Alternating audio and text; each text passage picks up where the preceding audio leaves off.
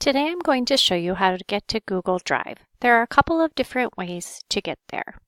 The first way is to go to your web browser's address bar and to type in drive.google.com. If you haven't already signed into Chrome, then it will ask you to sign into your Google account. Another way that you can get to Chrome is if you're signed in, to get to Drive is once you are signed in to your Google account. As you all know, there's always that set of apps, the little 9 boxes, your Google Apps tab.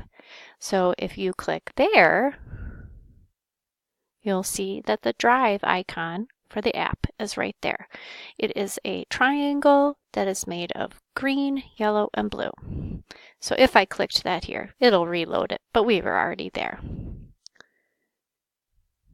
The last way that you could get to Google Drive is that if we are already in the classroom,